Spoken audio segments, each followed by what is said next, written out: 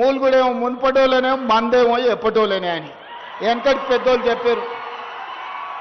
ఏదైనా పని చెప్తేనేమో మూలిగేటోడంట. మందు ఉన్నది రా దావత్ అంటే నాకు కావాల్సిందే, నాకు ఆపు కావాలి, ఫుల్ కావాలని మూడుగుడేమో మున్పటోళ్ళనేమో మందేమో ఎప్పటోళ్ళనే అని నిన్న ఆయన మంచి రోజులు వస్తాయంటున్నాడు. మంచి రోజులు నగదు నాయన, నీకు అవకాశం వస్తే ముంచే రోజులు వస్తాయి.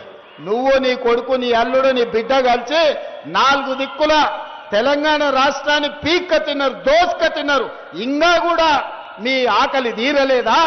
4 కోట్ల తెలంగాణ ప్రజల్ని మీరు నలుగురు కలిసి పీక్క తిని ఈ రోజు తెలంగాణను అప్పుల పాలు చేసి 8 లక్షల కోట్ల రూపాయల అప్పుల పాలు చేసినా ఇంకా మీ ఆశ సావలేదు, మీ ఆకలి తీరలేదంటే ఇక దేవుడు ఒక్కడే మీను శిక్షించేటోడు. ప్రజలు శిక్షించారు. ఆలోచన చేయండి. చంద్రశేఖరరావు గారు అసెంబ్లీ ఎన్నికలప్పుడు నీ అధికారం పోగొట్టారు.